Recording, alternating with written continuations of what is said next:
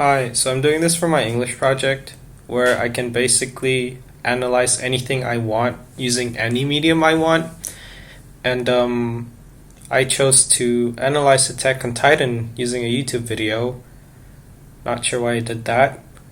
Anyway, I've always been taught that when you analyze stuff, you have to use this format called PEAS, which is basically point, evidence, analysis, and significance. But I thought because I can make it my own medium, I'd use this format I'd like to call triple E pass pass pass, and it's basically example then analysis. Very clever, I know. Anyway, please give me a 7, Miss. Baba Bowie. I should probably not have said her name out loud. Yeah, that's it. Bye. Imagine you were a child soldier. You risk your life to fight in the battlefield and face harsh training regimentally. Surely you must be thinking, it can't get worse than this. Well, you're wrong, because one day a 50-foot giant leads a squad of terrorists to launch an attack on City Square, resulting in the slaughter of almost everyone you've known. This was how Season 4 of Attack on Titan started, with a 12-year-old Gabby Braun watching helplessly as the world she knows crumbles apart.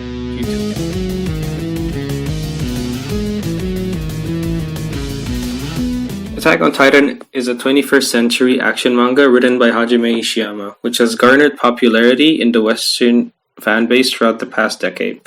The series is split into the pre-time skip saga, which is more commonly known as Seasons 1, 2, 3 of the anime, and the post-time skip saga, which is more commonly known as Season 4 or the final season.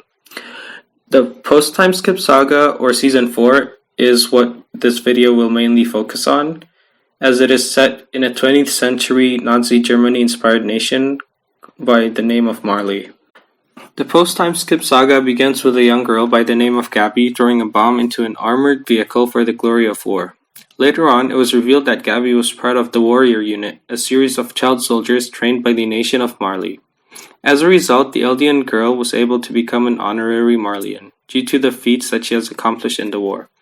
Unlike most Eldians, who are often subjected to cruelty, honorary Marleyans, like Gabby, are able to enjoy the benefits of an easy life, provided she serves her country well. Now you're probably wondering, why are the Eldians getting oppressed? Is there possibly some sort of secret lore that they have yet to explain? Well, later on in the anime, it is explained that the reason Eldians have an abhorrent reputation in the nation of Marley is because a millennia ago, they supposedly inherited a power called the Titan's Will, a hereditary ability to turn soldiers of their blood into giants with unmatched strength. Obviously, human nature being human nature, the Eldians abused this like a Mario player with a cheat code, and used it in war so often that it was enough to kill the current human population 3 times over. As a result, the rest of the world forced most of the Eldians to live on the island of Paradis, trapped by Titan-turned-Eldian criminals. Gabby, a descendant of some of the lucky Eldians, managed to avoid being trapped on Paradis, instead growing up in the nation of Marley and living a life disgusted by her own race due to propaganda. Of course, that did not matter, since she was rewarded for discriminating against herself and becoming the ideal honorary Marleyan. Until one day, disaster struck, and she lost everything to a 50-foot giant that decided to attack City Square. The final season of Attack on Titan can be used as a metaphor for the human idea of justice. Throughout the course of history, punishments have changed along with the rise and fall of civilizations. This is often for the better. After all, crimes which would result in the dismemberment of limbs in ancient Mesopotamia now results in incarceration in the majority of the world. However, change is still in order, as many justice systems today operate with similar principles to ancient ones, although seemingly less barbaric.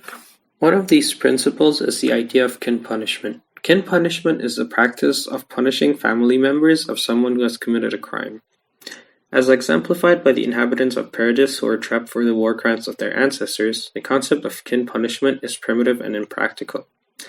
In the real world, kin punishment has been eradicated for the most part, but modern justice systems still subject people to it indirectly. According to BJS.org, about 60% of inmates are parents. This means that a large percentage of convict families are subjected to a difficult lifestyle, as children are raised in a monoparental family and one parent is forced to bear the entire burden of raising a child. Moreover, this leads to children becoming criminals themselves, since statistically, for every 10% rise in the rate of monoparental families, there is a 17% rise in the rate of juvenile crimes. Many prisoners are never able to truly be reintegrated into society, regardless of their conscience. A sort of PTSD labeled post-incarceration syndrome is a set of symptoms within ex-convicts that prevent them from gaining the opportunity to get jobs or rehabilitate. Not only do prisons create more problems for society, it also fails to reward individuals that decide to reform, as those that do are subjected to stigma concerning prisoners, preventing corporations and institutes from giving them job opportunities. Just like the honorary Marlians, who are seen as nothing more than their feet, ex-convicts face a similar dilemma, as assumptions made by people around them create a barricade, and they are seen as nothing more than what they have accomplished. One of the things that inspired me to link Attack on Titan with the justice system was a video I saw on YouTube about humane prisons in Norway. These prisons have become a better solution statistically compared to other incarceration systems over the world, because they give convicts an opportunity to thrive rather than subject them to a life behind iron bars. As a result, there is a large decrease in the rates of recidivism, and prison even became the turning point of some lives. Contrast this with Attack on Titan, where justice is associated with retribution, leading to millions of deaths, and you can see the initiative I'm going for. I'm not necessarily saying that every country should build their prisons like Norway, but I do believe that it is important to treat prisoners with the same respect and dignity that we would fellow human beings. It would be more beneficial to approach crime prevention as a society, rather than waste energy resenting conflicts as a form of retribution. This is editor Jonathan, and I realized this after finishing the edit that I might have cropped some audio that is actually important to making my point. So I guess if you have any questions, you can kind of just ask Zoom Jonathan. Yeah.